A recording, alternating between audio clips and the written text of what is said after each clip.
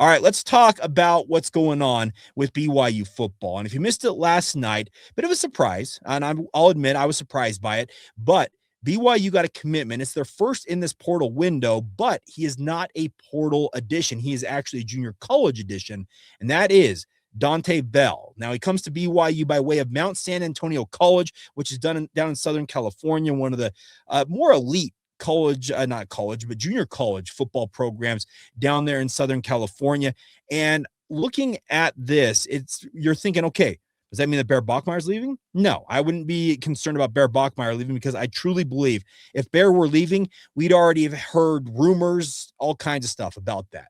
This is a depth addition. And the nice part about this is it shows that Daunte Bell, he is not afraid of coming in to compete for playing time behind a freshman phenom, because Daunte Bell is a sophomore. He's obviously been 2 years in the junior college ranks, and he's coming to BYU to compete with the likes of Enoch Watson and Trayson Bourget in BYU's quarterback room. Now, to answer the question that's going to come inevitably, what about a guy like Emerson Gilman, Jake? Well, BYU has a need in the quarterback room because, McCae Hillstead, who was the primary backup this past season, has entered the NCAA transfer portal and is looking for a new home. And B, Emerson Gilman, who was the freshman out of Bountiful High School this year that is expected to be a part of the future for BYU football, he's headed on a mission for the Church of Jesus Christ of Latter-day Saints. In fact, I think he posted last night, it was kind of his final sign-off before he heads to Brazil for 2 years. So that left BYU with Bear Bachmeier, Trayson Bourget, and recently enrolled freshman Enoch Watson, fresh off a mission himself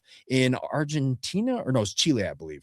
But nonetheless, they have 3 quarterbacks, and in this new era of the college football roster limits at 105 man, usually you're going to carry 4, maybe a 5th quarterback at the very most, and that is where Daunte Bell fits in.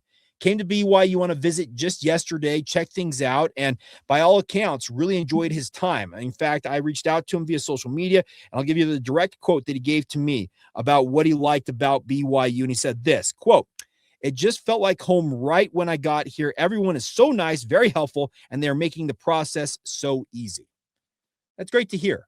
It shows what this young man is all about, and he's all about playing ball. And watching his highlight reel, and I'm going to throw this up so you guys can see it. I can use the huddle highlights to let you guys see a little bit of what you can expect from this young man. But the nice part is you look at his highlights from this past year at Mount San Antonio College. And by the way, much like the former junior college addition in Jake Retzlaff, this is a young man who has played at 2 different junior college programs, funny enough. And that I know that's kind of a unique thing about this, but the thing is, you look at what this young man can do for the BYU football program is he features elite size, 6'6", 210 pounds. That is a young man who can absolutely get after it on the football field. And if you're watching this on YouTube, you can see he's got a live arm, and despite being as tall as he is, he's not an immobile statue in the pocket. He likes to make plays with his arm, and he's been well trained in the offenses both at East LA College, where he played his freshman campaign, as well as these highlights from Mount Sac this past year, that he plays in an RPO-based offense, very similar to the one that Aaron Roderick and the BYU coaching staff has implemented in Provo, Utah. So this is a young man who I believe has got all the potential in the world to be a force for the BYU football program. And I'll reiterate something I said earlier. He's unafraid of coming to BYU and realizing, hey, I'm probably playing second fiddle behind a guy like Bear Bachmeier. That does not mean that he couldn't earn time. It's not that he couldn't end up as QB2. And when your quarterback when you're in a quarterback situation like a BYU is in, as crazy as it is to say, and you want to knock on wood till kingdom come, but Bear Bachmeier, he's one hit away. And that is your mindset you have to have as a quarterback here. And I really like the skill set of what Daunte Bell offers for BYU football, because as I mentioned, it fits exactly what BYU looks for. And I think that this is at minimum quality depth. We've talked about what Kalani Sitake wants to build, and he wants to have guys that if and when you need to dip down into your backups, your reserve options, they need to be able to answer the bell. And don't, pardon the pun there, was not intended to Daunte Bell, you get it. But the nice thing is he's got stats, he's got stature, and there's some swagger to his game as well that you really like to see, some moxie in terms of his playing style. And here's the other thing about this. Look at BYU's history of pulling junior college quarterbacks out of Southern California. There's some guy named Steve Sarkisian who came from El Camino High School down there in Southern California, who was a phenomenal player in his own right. And I think that you look at a guy like Steve Sarkisian did for the BYU football program, obviously leading the Cougars to one of the more elite, illustrious seasons in BYU history at 14-1 in 1996. That's great stuff. And then we don't have to look very far, even just back 2 seasons, to look at what Jake Retzlaff meant to the BYU football program in 2024. Jake was an absolute revelation, and much like we talked about with a guy like Daunte Bell, he was a guy that played at 2 different junior colleges. He actually tried to enroll at UTEP at one point, had to go back home because his grades didn't post in the right manner.